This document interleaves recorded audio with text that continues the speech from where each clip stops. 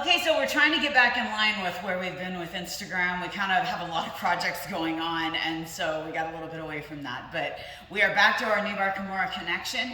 We're going to show you some Kneebars and Kimuras out of guard.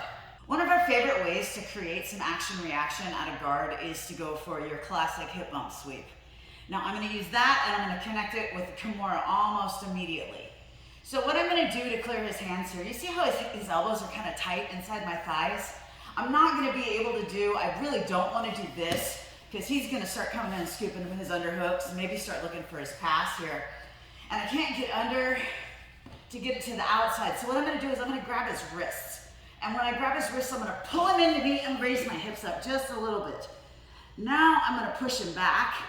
And as I push him back, I'm going to come up and start to look for my hip bump sweep. So what that's going to look like is me letting go of my feet about midway back and posting up on my hand, but I can't really do it well without momentum. So I'm pulling to me, pushing back, and I'm gonna come up on my hand. This is really important. I see a lot of people trying to hip bump sweep on their elbows, especially when you get tired, and it's ineffective. If you're gonna do a hip bump sweep, get on your hand or pick a different sweep out of guard. All right, branch over. Now what I'm gonna do is I'm gonna trap his arm, and I'm gonna post off of this foot, and I'm gonna spin him over. But as I spin him over, I'm gonna catch this Kimura grip right here. I'm gonna connect my hands, and now I'm gonna step over the top, staying on my toes and pressing his hands into the mat. I'm gonna walk around, drop my knees right over the top of his head, pull it in, get his arm to my chest, and finish this Kimura. This is what it looks like at speed.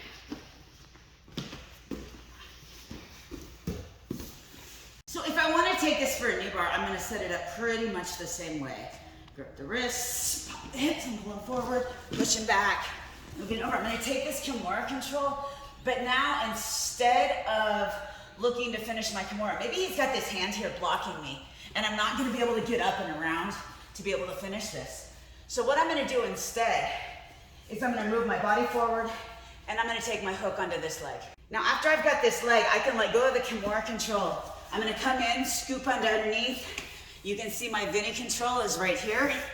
I'm gonna pull my Vinny lock on, straighten his leg, finish my knee bar, and get back on top.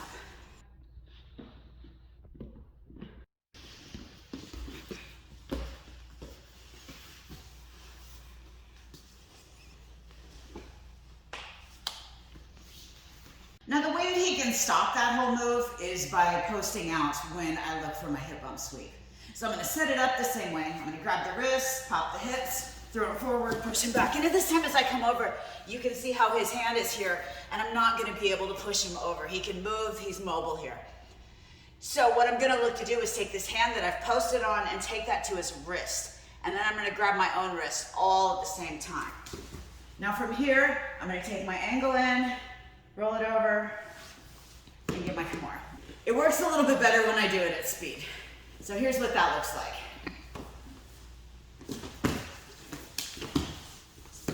The Kneebar Kimura connection is really powerful, so I suggest you go and check out a couple more of our videos to have a couple more examples about that.